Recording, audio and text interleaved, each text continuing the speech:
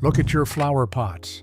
Back in May, they were spectacular, overflowing, blooming, the best thing on your porch. Now, leggy, tired, half bare, a few sad flowers hanging on and mostly green. Here is the hard truth after 40 years of growing in containers. Your pots did not fail from bad plant choice. They are stalling because of what is happening or not happening in July. This is when container plants quietly give up, and almost everyone makes the same mistakes. Good news, everyone is fixable in minutes. Do these 7 things now and your pots will bloom nonstop right through the heat and all the way to first frost. Number 4 is the one almost nobody does, the difference between a tired pot and an explosion of color. Number 1 is the water rescue that saves a pot everyone else would throw out. Number 7, the salt flush your pots need every 4 weeks. If you have ever noticed a white or yellow crust building up around the rim of a heavily fed pot, that is the tell. Fertilizer salts. Every time you feed a container plant, the roots absorb what they can and the rest, mostly salt, accumulates in the potting mix. By mid-July, in a well-fed container, that salt buildup has reached the level where roots stop functioning normally. Water sits on the salt. Nutrients get locked up, and the plant slowly stops blooming. The fix is the deep flush, and there is a specific technique that works far better than what most sources recommend. Scrape the white crust off the top of the mix, not more than 1 inch of soil, just the visible crust. Then apply 3 times the pot volume of water in 2 passes, 5 minutes apart. First pass dissolves the accumulated salt. Second pass leaches it out through the drainage hole. That 2-pass rhythm is what the extension services actually recommend, and it is why the single deep drench most people try does not work. Do the flush every 4 weeks on heavily fed containers. That means every petunia basket, every calabrachoa hanging pot, every wave petunia mixed planter. Lighter feeders like begonias and impatiens can go 6 weeks between flushes. While you are at it, refresh the top 1 inch or 2 of potting mix with fresh compost. The old surface has been depleted by watering and root activity for 2 months. Fresh mix on top gives the roots something new to grow into. Somewhere around 2018, I finally started doing the 2-pass flush after fighting salt buildup on the same porch pot for 3 summers in a row. First summer with the 2-pass method, that pot bloomed harder in August than it had in June. The technique is the difference. Number 6, the July pest surge nobody warned you about. Spider mites and aphids exploded in every container garden in the American East this July, and they are quietly the reason most gardeners assume their pots have just gotten tired. The pot has not gotten tired. The pot is under siege. Petunias are spider mite magnets in hot, dry July. The mites are almost invisible. You will not see them until you look for them. The tell is stippling on the leaves, tiny yellow specks that look like the leaf is drying out. Turn a leaf over. If you see a fine dusty webbing between the leaf and the stem, that is the mite colony. Aphids are easier to spot. Clusters of green or black insects on new growth, sticky sap on the leaves below them, and often ants running up and down the stem because the ants farm the aphids for the honeydew they excrete. Petunias, calabrachoa, and geraniums all attract heavy aphid pressure in July heat. The fix is direct and does not require a chemical. A strong blast from a garden hose to the underside of every leaf at 7 in the morning knocks the mites and aphids off, and their weak legs cannot climb back up. Do it every 3 days for 2 weeks, and the population collapses. If the infestation is heavy, follow the water blast with an insecticidal soap spray or a neem oil application on cooler evenings, never in full sun and never above 85 degrees. The trick most gardeners miss is the underside of the leaf. That is where the mites and aphids actually live. Spraying the top of the leaf does almost nothing. Water and soap must reach the underside. Number 5, heat and placement, the double pot trick. Somewhere around 2013, an entire porch of wave petunia baskets on my Ohio side yard collapsed in 6 days from a spider mite explosion I did not diagnose until the plants were already stippled brown. I have checked for stippling every 7 days in July since, by mid-July, in most of the American South and much of the Middle, afternoon sun on a container is no longer a benefit. It is a threat. A black plastic nursery pot in 95-degree afternoon sun reaches internal temperatures of 130 degrees or higher. The roots inside that pot are being cooked. The plant closes its stomata to protect itself, stops taking up water, and stops blooming as a survival response. The fix has 3 parts, none of which cost anything. Move stressed pots to a spot that gets full morning sun and afternoon shade. East side of the house, north-facing porch corner, under a chair, next to a shade tree. The heat-tolerant plants that need 6 full hours of sun, Supertunias, Superbells, Portulaca, Sun Patience, will still bloom on 4 to 5 hours of morning sun in July, and the roots stay alive. Group your containers together. A cluster of 5 or 6 pots creates a microclimate. The plants shade each other's soil. Humidity rises between them. Root temperatures drop by 10 degrees compared to the same pot sitting alone in the middle of a driveway. The trick that separates the gardeners who never lose a pot in July from the rest. The double pot method. Slip your growing pot inside a larger decorative pot. The air gap between the 2 pots insulates the root ball from direct heat. Root temperatures drop 10 to 15 degrees compared to a single pot in the same location. The trick is old, has been used by professional greenhouse growers for decades, and almost no home gardener is taught it. The last piece, pot color. Black plastic absorbs and holds heat. Light-colored ceramic, glazed pots, or wooden containers stay 10 to 15 degrees cooler in the same sun. If you are shopping for new containers in July, skip the black plastic. Buy anything glazed, terracotta, or white plastic. The pot itself is the difference between a stressed plant and a thriving one. Number 4, the haircut. The single fix almost nobody does. Here it is. The one action that separates the gardeners whose containers look explosive in September from the ones whose containers are done by August. And the reason it works is straightforward. The plant thinks it is finished. Petunias, calibrachoa, bacopa, lobelia, verbena, all of them stop producing new flowers when they get leggy and start setting seed at the tips. The plant reads the seed set as the signal to shut down. It has done its biological job. Reproduction accomplished. Time to rest. The haircut interrupts that signal. Take a pair of pruners and cut every plant in the pot back by 1/3 to 1/2. Not deadhead, not just the spent flowers, the whole plant. Cut leggy trailing stems back to about 1/3 of their length. Every stem, all the way around the pot. Cut just above a leaf node, the small bump on the stem where new leaves are attached. That is where the new growth will emerge from. Cut too far above the node, and the stem dies back to the node anyway.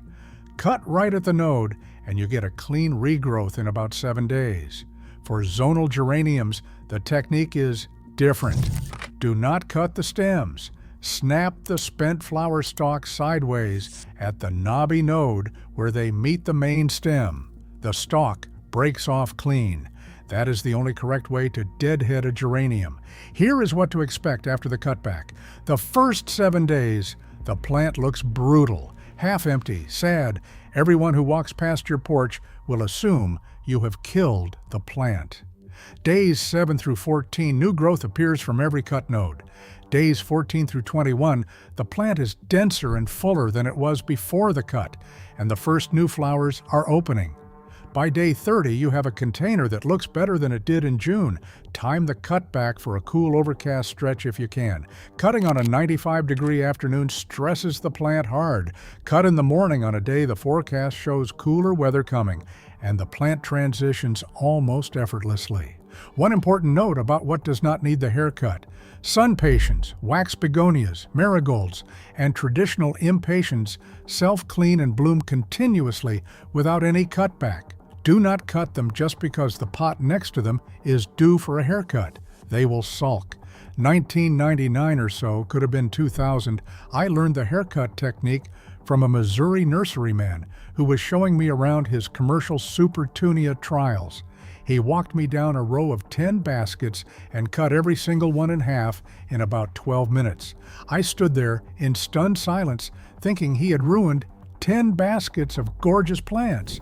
2 weeks later, those same baskets were the best-looking hanging plants I had ever seen.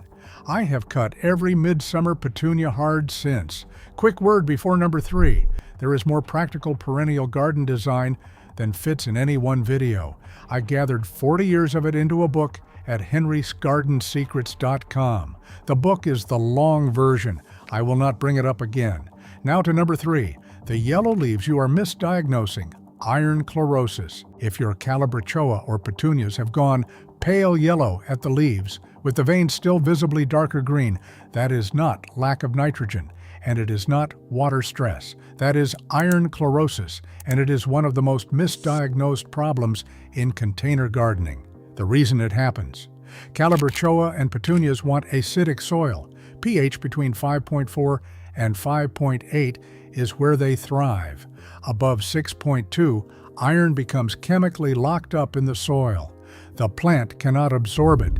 Iron is essential for chlorophyll production, so without it, the leaves cannot make green pigment. They go yellow. The plant slowly starves. The reason most container gardeners hit this in July: municipal tap water in most American cities runs slightly alkaline, pH between 7 and 8. Every time you water a pot with tap water, you are pushing the pH of the mix up. By mid-July, in a container that started at pH 6 in May, the mix is now at pH 6.5 or higher. Iron locks up, leaves yellow, blooms slow down. The fix has 2 parts, and both are cheap. First, switch to a fertilizer with chelated iron already in the formula. The specific product I recommend is Jack's Classic Petunia Feed, 26-22 NPK, with added iron and other micronutrients. Feed at half strength every 7 to 10 days. The chelated iron reaches the plant even when the soil pH is off, and the leaves green up within about 10 days.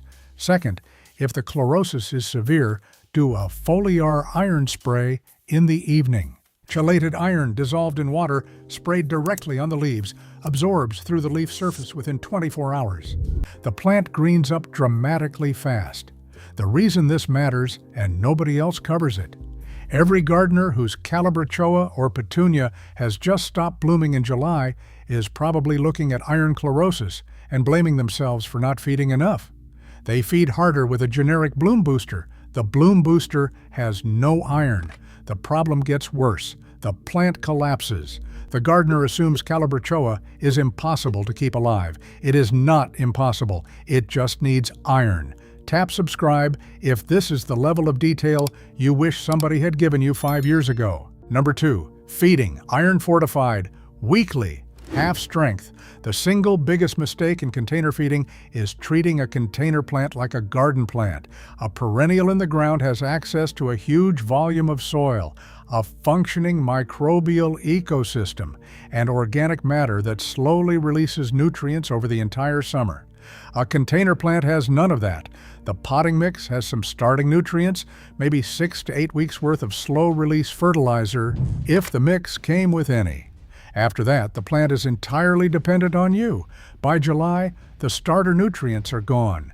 The slow-release pellets you saw scattered in the mix in May have completely broken down. Whatever was feeding the plant for the first 2 months is finished. If you have not been feeding weekly since June, the plant is starving right now. The right approach for container annuals is weekly liquid feeding at half strength, not monthly at full strength, not when I remember. Every 7 days, mixed at half the label recommendation, applied when you water. That rhythm keeps the plant continuously supplied without ever overwhelming the root system. The formula matters more than any other detail on this list. Skip the generic bloom booster. Petunias, calibrachoa, and most of the heavy feeding container annuals want high potassium, moderate nitrogen, low phosphorus, and iron. The specific formula that dominates every serious container gardener's recommendation is Jack's Classic Petunia Feed at 26-22. Do not use 10, 30, 20. The high phosphorus in generic bloom boosters actually blocks iron uptake, making the chlorosis problem at number 3 worse. If you cannot find Jack's, Miracle Grow Bloom Booster is the widely available fallback. Neptune's Harvest is the organic option if you prefer fish-based fertilizers. Any of the three works. None of the three is a generic 10-10-10 balanced formula, which is what most container gardeners use by default and which underperforms the specialty container feeds by a wide margin. The old rule I have used for 40 years, if the plant has finished its first bloom cycle and looks tired, feed it 3 times over 10 days with the specialty Petunia Feed at half strength. That triple-dose micro-recovery brings a tired container back to full bloom faster than any other intervention short of the haircut. If this is the first time somebody has actually explained why the July container is quitting, instead of just telling you to water more, tap the like button. Just once. That single tap decides whether this video ends here or reaches the next gardener whose porch pot needs it tonight. The last one is the fix that makes every other action on this list work. Without it, the haircut has nothing to work with, and the fertilizer has nothing to move. Number 1, deep morning watering and the bottom soak rescue. I will be honest, I went back and forth on whether watering or the haircut deserve to close this list. The haircut delivers the more dramatic visual result. Watering wins because without it, the haircut has nothing to work with. Container plants in July need water more consistently than garden plants. Small soil volume, root ball exposed to air on all sides. A hanging basket at 90 degrees in full sun with wind loses moisture from every surface. By afternoon, the mix is bone dry and roots have stopped functioning. The rhythm that works. Water in the early morning, deeply, until you see water running out the drainage hole. In July heat, most container annuals need this every day. Hanging baskets in wind, sometimes twice a day. A 1-inch layer of shredded bark mulch on top of the potting mix cuts evaporation by nearly half. Almost no home gardener mulches containers. That is why the trick works. Here is the rescue that saves pots most gardeners assume are dead. Come home from a weekend trip to a bone-dry hanging basket. Water poured on top, runs straight through and out the bottom without soaking in. That is water channeling. The mix has gone hydrophobic. Set the pot in a plastic tub of tepid water so the drainage hole and lower third are submerged. Leave it 1 to 2 hours. Capillary action pulls water back up into the root ball from below. The plant is fully recovered by morning. That single technique has saved more container plants in my 40 years than any other rescue I know. My grandmother watered her front porch pots every morning at 6:30 for 4 decades, standing there with a metal watering can and a coffee. She never lost a pot to July heat. I asked her once what her secret was. She said, "I watered them like I meant it." That was the whole lesson. 7 fixes. A Saturday afternoon of work. Pots that bloom non-stop instead of quitting on you in July. The one to do tonight is number 1. Water deeply in the morning. That single change fixes more container problems than the other 6 combined. Drop your U.S. state and the number of the fix you are trying first. The regional pattern tells me what to cover next. Water like you mean it.